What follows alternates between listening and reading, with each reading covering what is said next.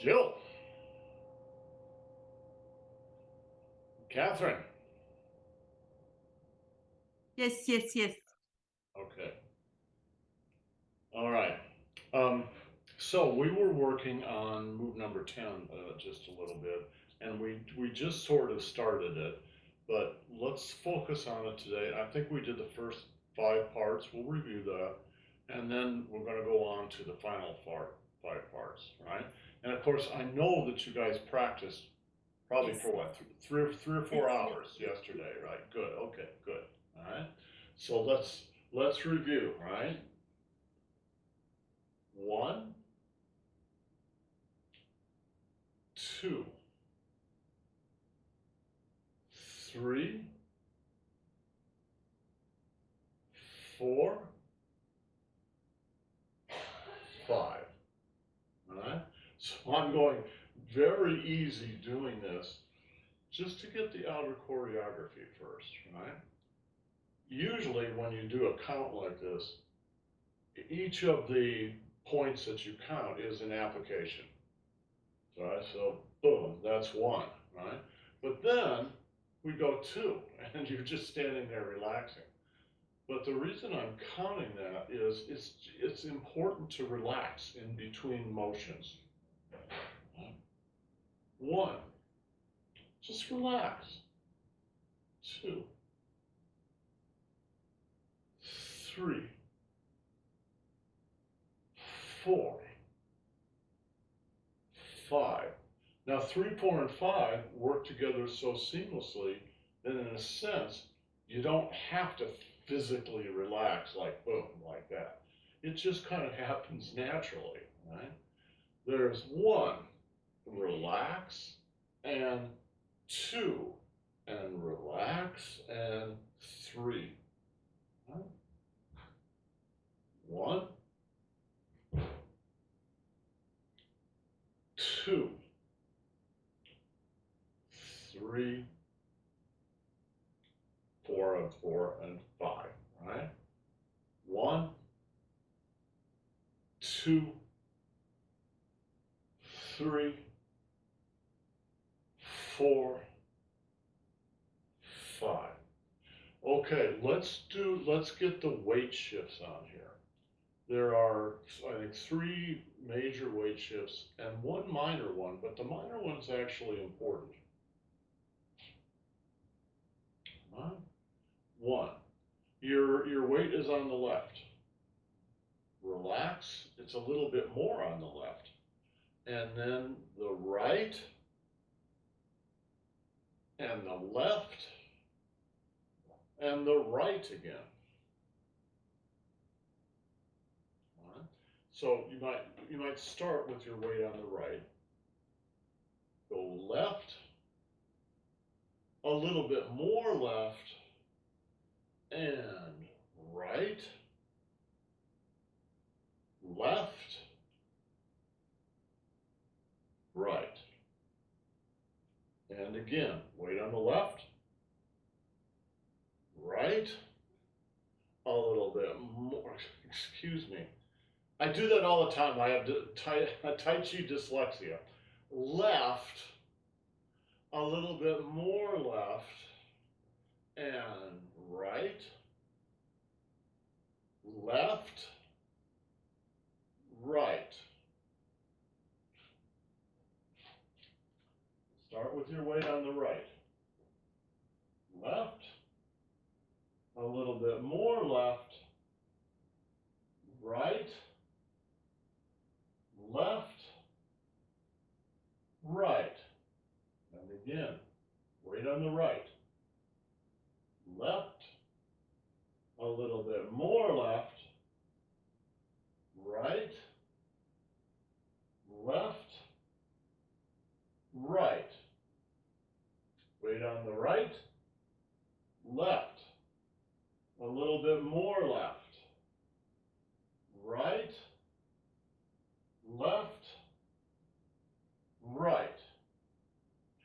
Now, I want each of you to do that. When you're doing it, I want you to call out where your weights are. You do it nice and slow. Just follow the pattern that I just said here. The person who's not exercising should, you guys can see each other, yes? Yes? If you're not on the griddle doing this and calling it out, then watch the other person, all right? Okay, Catherine, you go first. Sure.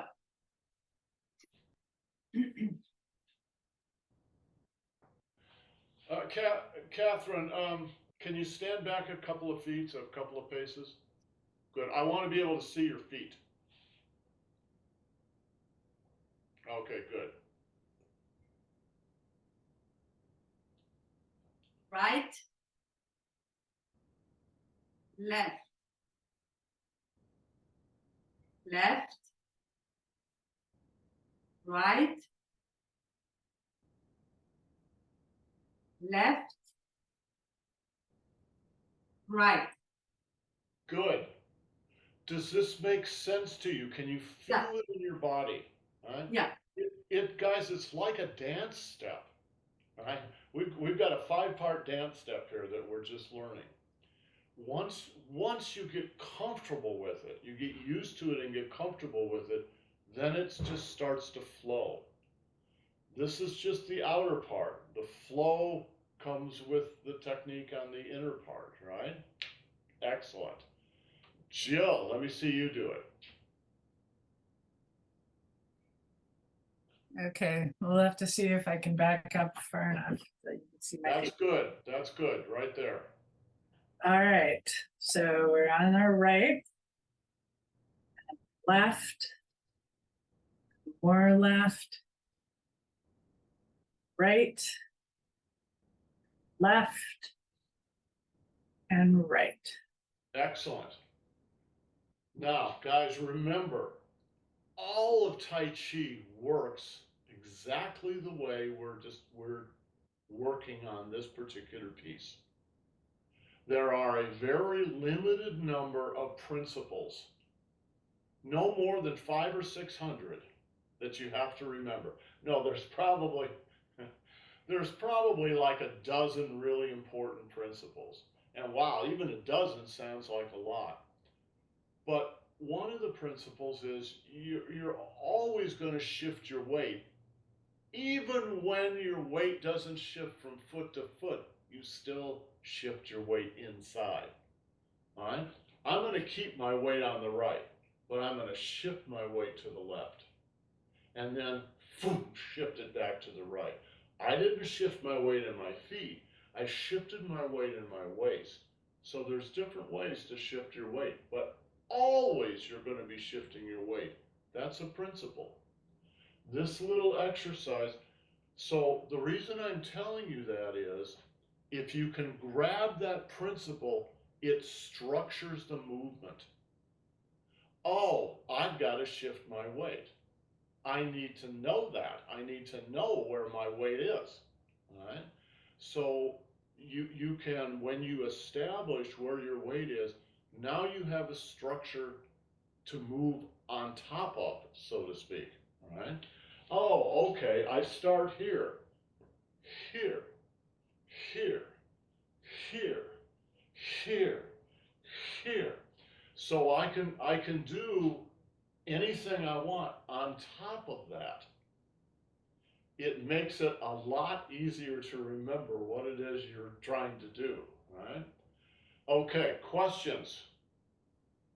All right, let's go on to the final 5 movements here.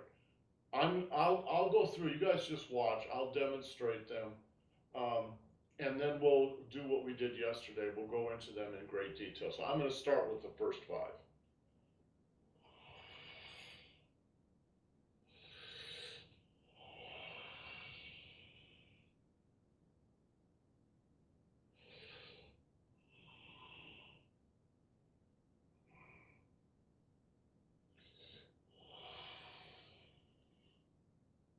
Right?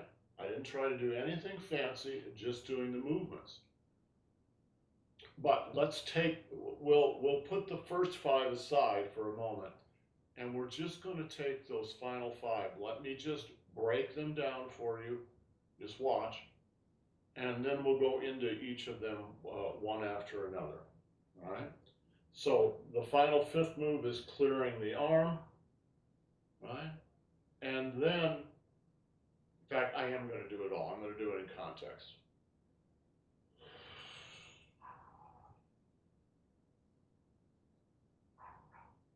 Chin up. Let me do it again. Jill wasn't watching.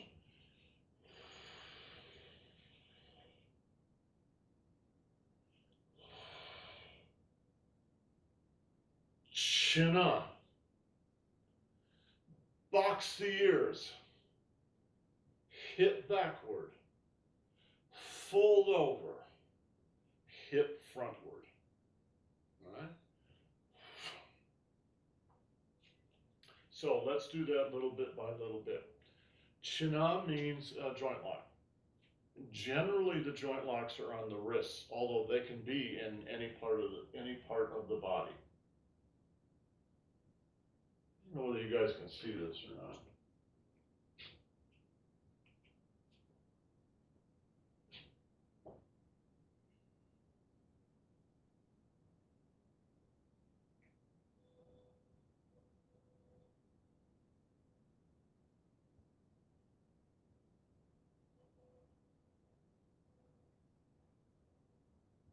I don't know whether you can see this one here, right? That photograph, that's the guy in the white here is my teacher.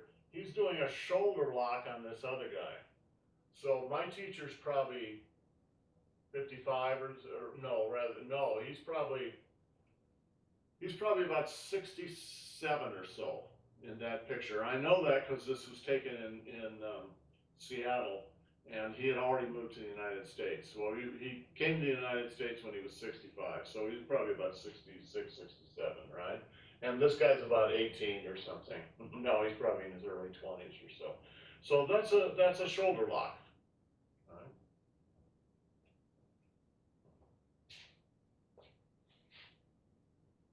Oh, I'm big. You have, I'm actually in one of those pictures. Are you? Yeah. Yeah, in the large group photo on the bottom right. Excellent.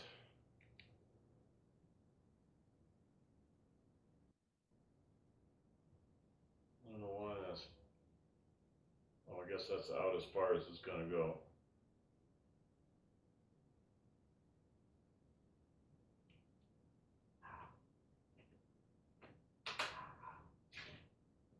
So what are you doing? You're doing a wrist lock. So here's the guy's forearm. I've got his wrist, right?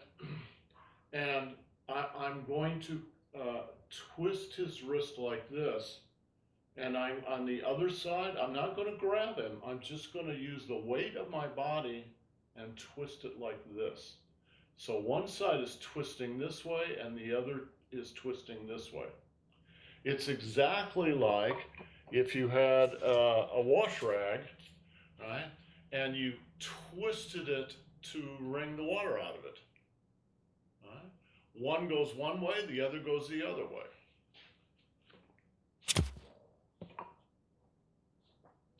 And you use the weight of your body to make this happen. You don't just use your arms, right? You use your weight.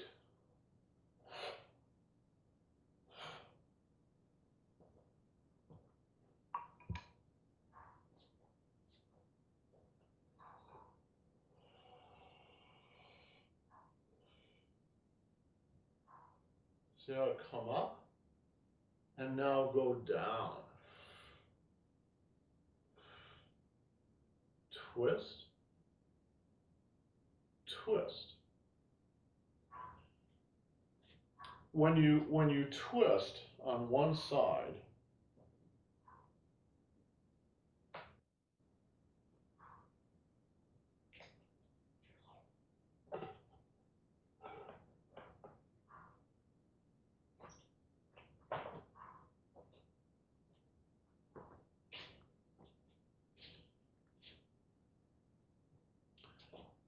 the danchan is like a ball, right?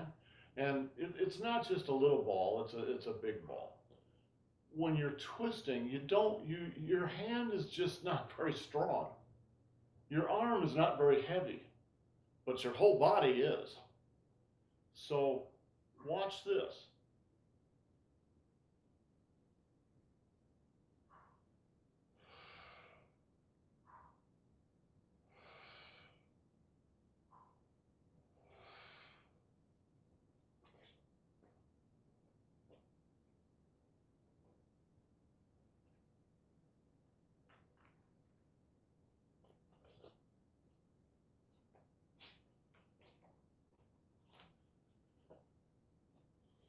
So this is the pelvic basket, right? It's like your pelvis is like a basket, and the danshin is like a ball that sits in that basket. So when you turn this, you also have to sink into those red lines. Your hip joints are right here, so you're sinking into your hips.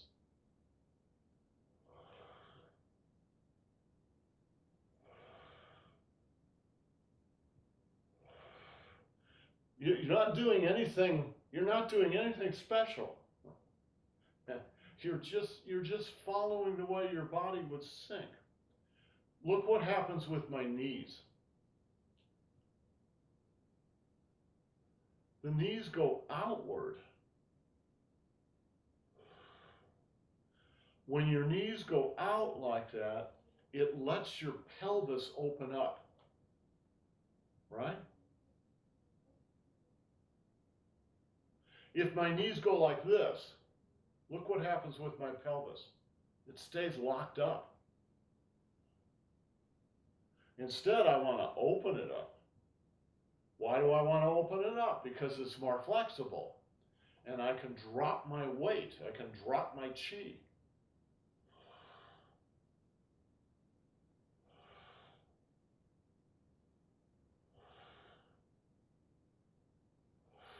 So in Tai Chi, you have to learn to be a bow-legged sailor. All right?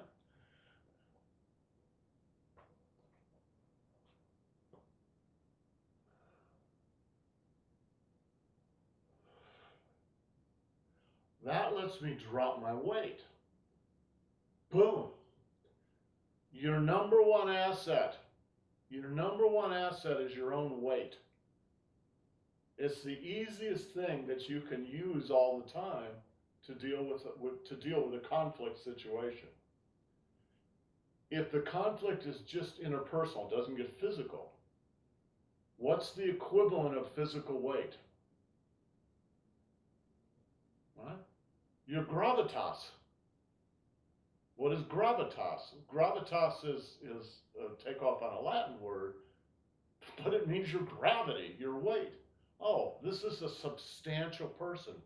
She knows what she thinks. She's not going to be pushed around. She's not aggressive. She's not mean, but she knows what she thinks, and you're not going to convince her otherwise. That's gravitas. Now you got to be careful that gravitas doesn't move into stubbornness, but, right? In other words, if you're having an argument with somebody, right? The easiest way to have an argument with somebody is to keep your mouth shut. Just let them make a fool of themselves. Just let them argue. Okay. When they see that you're not upset about it,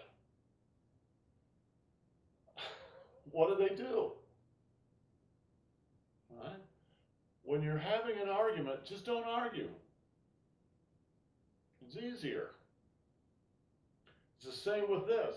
Just drop your weight. Boom. Okay. I weigh about 250 pounds. All right?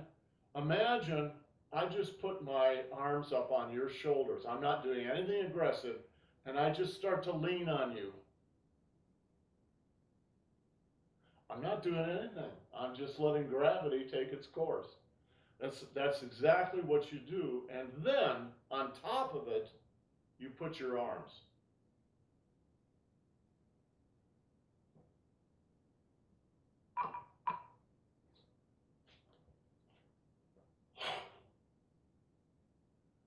90% of this is just my weight. 10% of it is using my arms to structure. Imagine, Catherine, stick one of your hands out. Stick your right hand out. Your right hand, right? All right, I'm gonna grab your hand and I'm gonna twist it like this. And I'm gonna get your wrist and then your elbow and then your shoulder. And then I'm gonna go all the way down to your dantian. So there's a single line of force going from my hand down to your dantian, and then I'm going to lean on it in the opposite direction.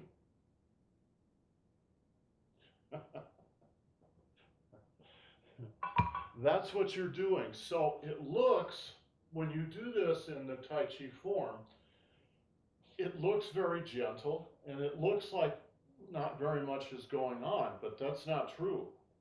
There's a tremendous amount going on inside yourself, right?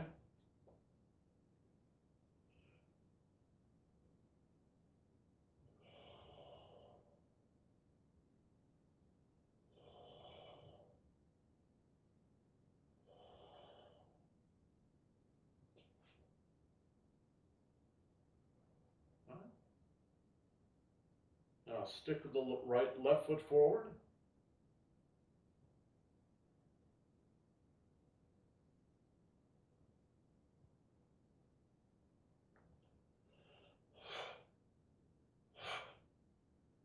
You just take that simple little exercise.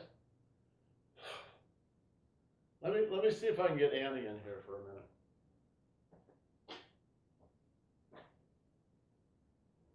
Ooh.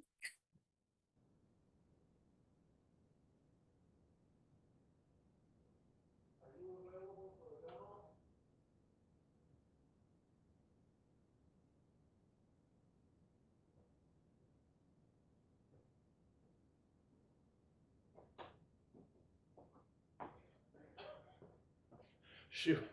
She just had a cup of tea and she was getting all comfortable in the bed, just going to have a little cup of tea on Sunday morning. So, but she'll be in here, right?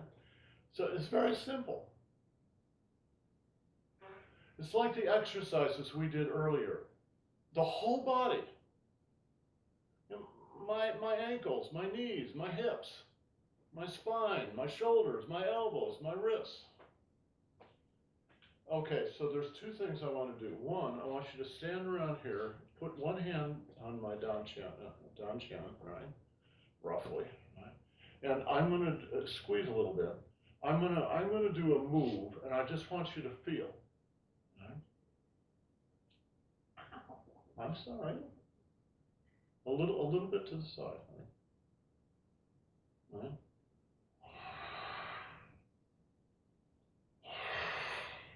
What did you feel? It's internal. It's like this big thing moving. Yeah, there's inside. Master Zhang used to say, inside, you big snake. Inside, you big snake. Right? You're like a boa constrictor. So what are you doing when you do that? This is your power center. This is not your power center. This is your power center. So when you're doing this exercise, I'm going to do this very, very, very gently. So stand over there with your back to my chair, right? This is what I'm doing. I'm going to do this gently.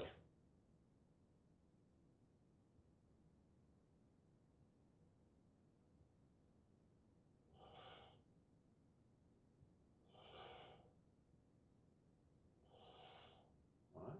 Now you.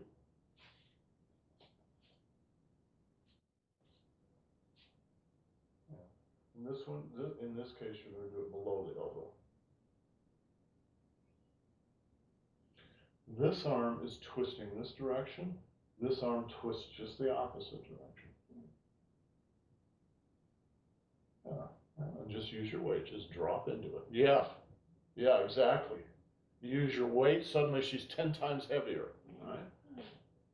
Thank you. Now you can go back to your tea. He's almost finished with my art station, you guys. The art station will be The studio will be ready today. It's very handsome. She's thrilled. Okay, so this is a little innocuous move. Most people don't even see this move. They don't even do this move because they don't see it, right? But in fact, the exercise that you're getting right, is your mind and your energy body. It's not about your physical body. It's about your mind and your chi. So let's add that in. That's 6.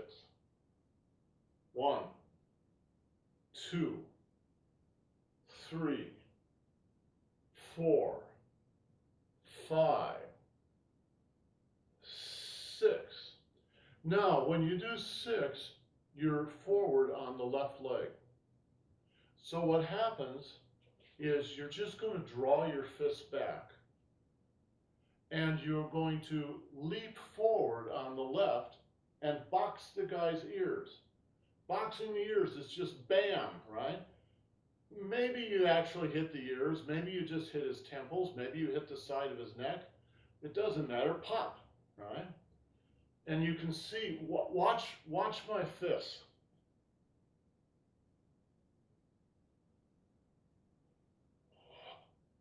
My fists are actually loose. My wrists are loose enough that my hands can flick.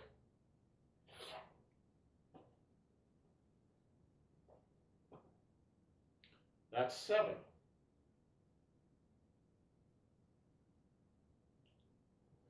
3, 4, 5, 6, 7. All my weight's on my left. Boom. Boom. All right? Clear? Let me see you guys do it. Catherine, you first. Number 1 to number 7, and call them out.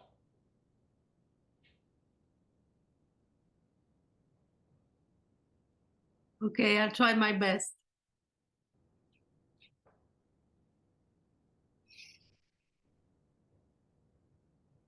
Right, left, left, right, left,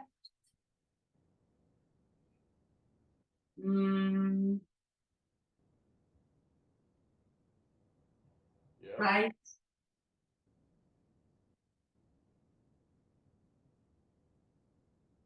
left, right. Good. You have to do this. Let's say, and I'm serious about this, I'm not joking. You each need to do this 50 times, right? When you do it 50 times, then it starts to percolate in and you can actually do it. I want, Catherine, I'm going to copy you and make one suggestion, right? No, I mean, I'm not going to copy, but I'm going to make one suggestion. Watch. 1, 2, 3, 4, 5, 6. Not out here, but in the middle, right on the middle line. Boom. And then boom. I think I said, maybe it wasn't in this class, but yesterday I said in one of the classes, your center line is your most vulnerable area. You know, your forehead, your eyes, your nose, your mouth, your throat, your heart, your solar plexus, your dantian, and your reproductive organs, all right? Those are all very tender places. You can get hit in the arm. You can even get hit so hard that you can't even use your arm anymore. It isn't going to kill you. It isn't even going to stop the fight. But you get hit on the center line, you may get in trouble. All right, that's the defensive part of paying attention to this. There's also an offensive part. Most, not all, but most joint locks, most strikes, etc., start from your own center line. Hmm. So a china is best done from and in your own center line. It doesn't mean you can't do it out here, but you can't do it very well, because your own structure is so extended and so bent and twisted, you can't really apply any force. That's why in the martial arts world, in China, they say about joint locks that they happen by accident. You never think to yourself, oh, I'm going to go out and do this joint lock on this guy. No, you don't think that way. Honestly, you don't think that way. It's joint locking is, and I'm just using joint locking as an example, but the truth is, in Tai Chi especially, any martial application has to happen by accident, because all of them are defensive. Mhm. You don't move first. You let the other guy move first. 9 times out of 10, his movement is just a fake anyway. So maybe you can just avoid the fight altogether, and that's the best thing. No fight, no blame.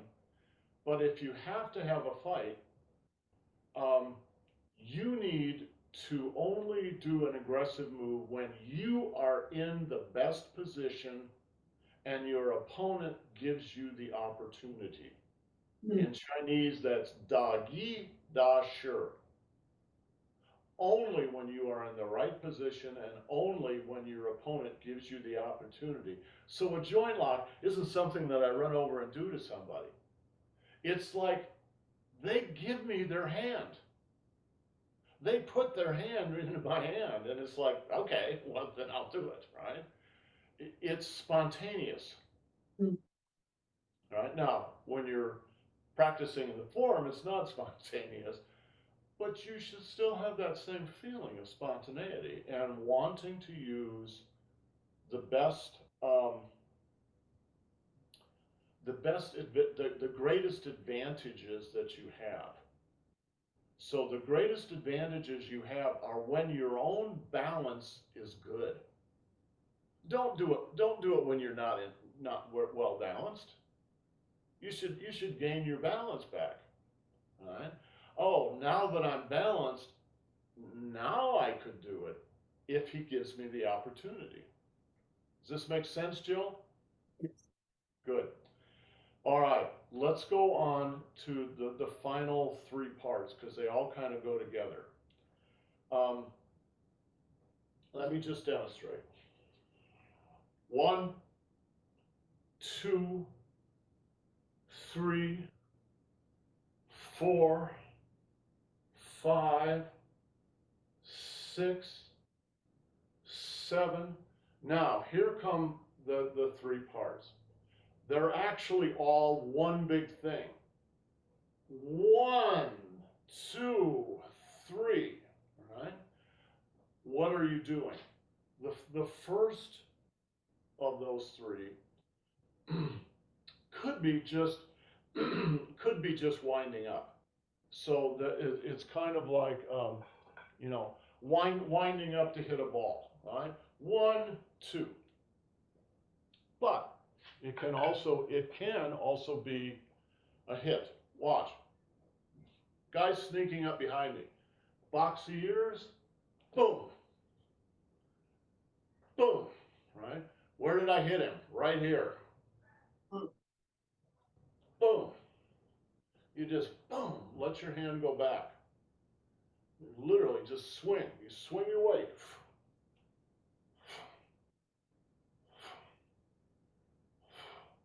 Now, here comes the next part. So that's a hit back.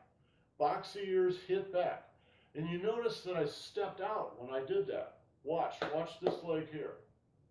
And box the ears, step out. All right? Why step out? Well, now I'm in an extended horse stance, which is more stable. So stepping out does 2 things. One, it helps this energy here. If you're going to have this energy go back, there needs to be an energy go forward. Another way to say that is, When this energy goes forward, it's going to make another energy going backward. So the two things work together really well. The second thing is it prepares you for the next move. Because what you're doing is box the ears, hit backward, fold over, hit forward. You're actually hitting twice, once backward and one forward. And then the fold over is the transition between backward and forward. Watch this. Box the ears, hit backward, fold over, hit forward. Why are you folding over? Well, remember what I said about your own midline. Watch my midline here. Box the ears. Right on my midline.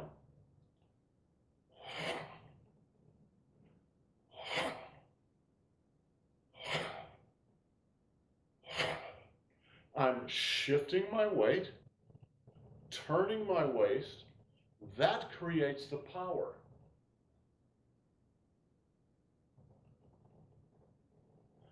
Notice the spiral. I'll do it toward you, right?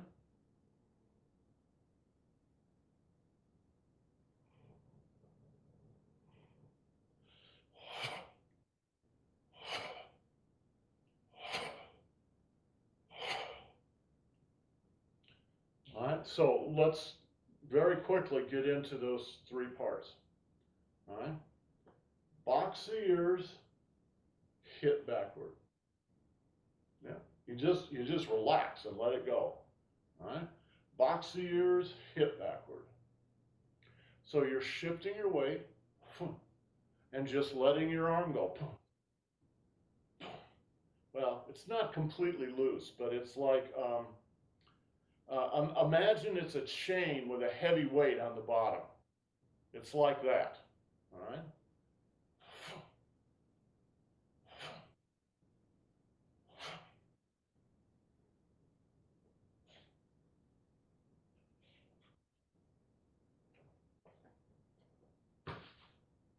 This is the guy sneaking up behind me.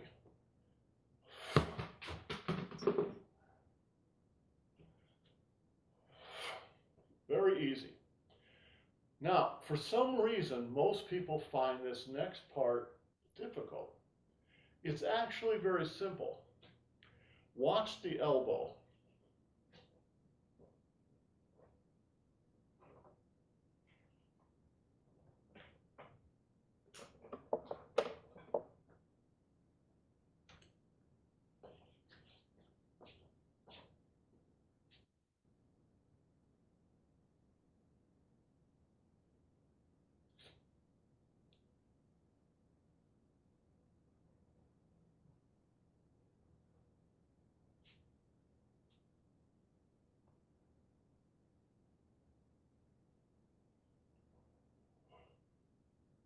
It just loops over. Loop. Loop. There's nothing fancy about it at all. Now, when you come, watch. You hit using the back of your hand, boom, right? And then it's going to loop over and it's going to be palm up.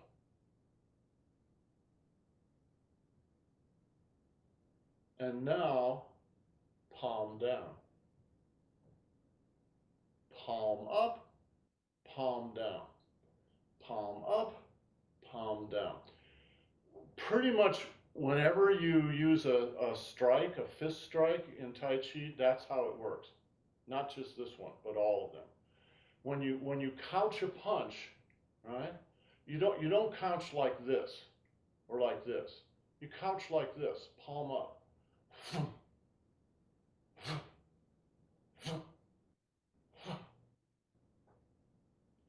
And by the way,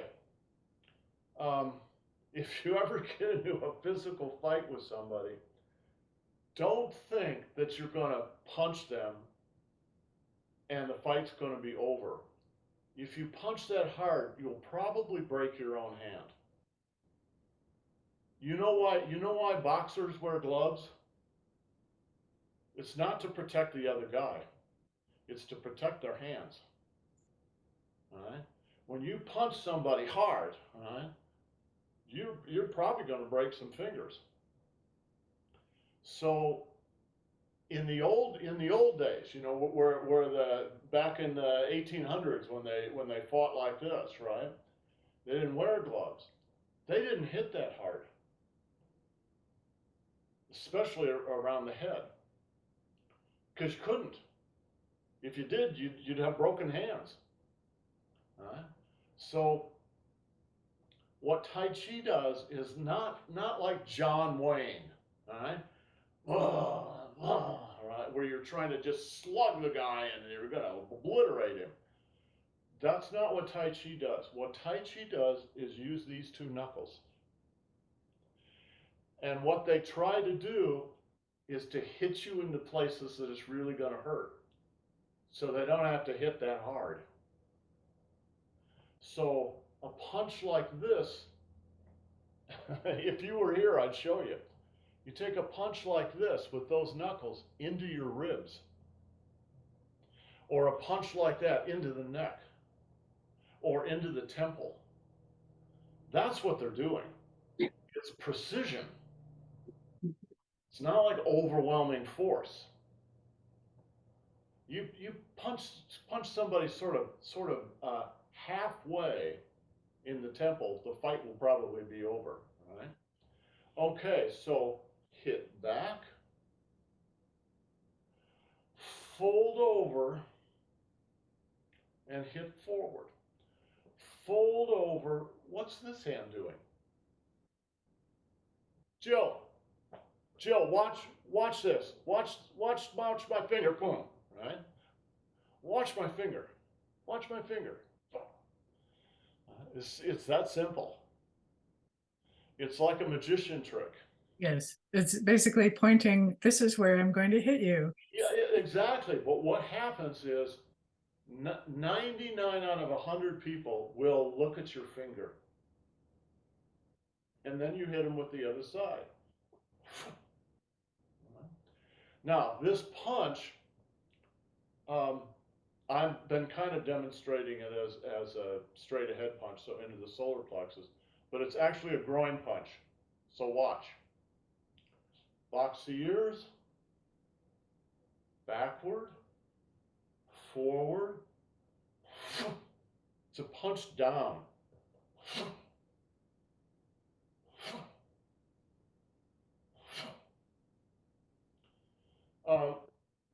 We'll have to quit there because the other class is going to come in here in a minute. My teacher, Master Zhang, used to say that getting hit by a martial artist is a lot like being shot. It hurts that bad. He was talking about other martial arts other than ours. There are very few people who know how to fight with Tai Chi, but there are some. He said getting hit by someone who truly understands how to transfer their chi into you is like getting hit by an atomic bomb. Because what happens, they're not trying to overwhelm you with their physical body. What they're trying to do is put their chi into you.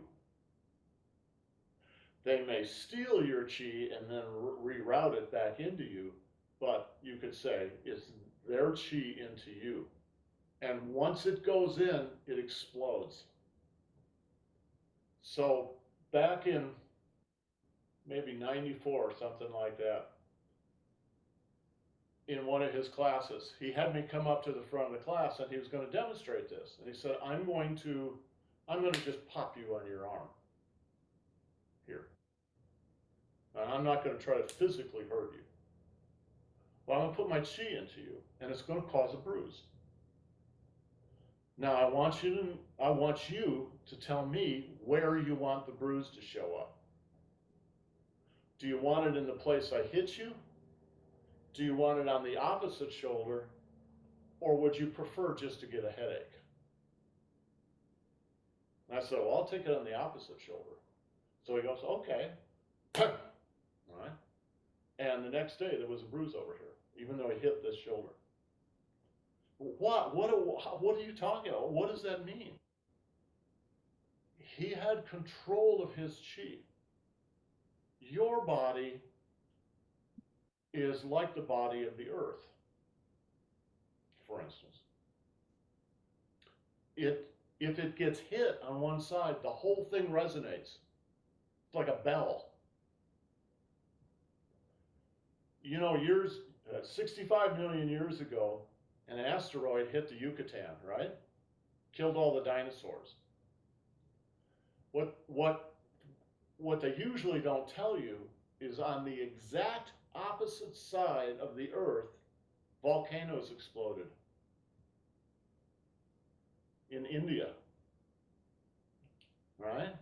Why? Well, it's because the earth resonates. You hit the earth,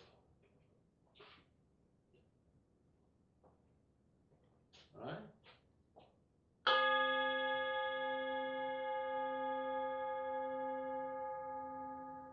The whole thing rings. If you get really good at this, at the physics of it, you can hit it here, but make it show up there. In a way, it's very simple. Or you can make it in the middle and make your head hurt.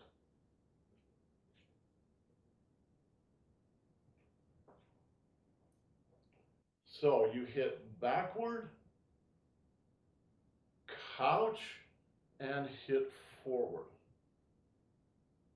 All right, let's do the whole, we didn't have enough time in those last few moves, but let's do all 10 movements. Kevin can watch us and be the judge, right?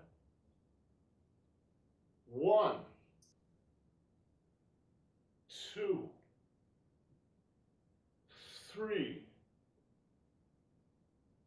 4, 5, 6, 7, 8, 9, 10. Now, one of the things we haven't had time to do, we'll do it next weekend. But what we haven't had time to do is work out the weight shifts in the second 5. That's your assignment for this week. Let's do it again. Watch my legs. Left. Excuse me. Start on the right. Go to the left. More to the left. Right. Left.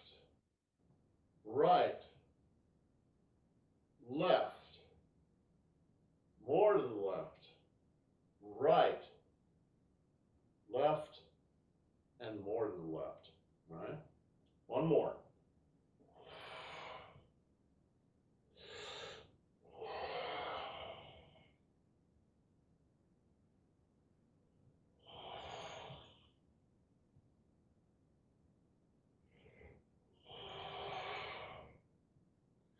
Okay, guys, practice that this week.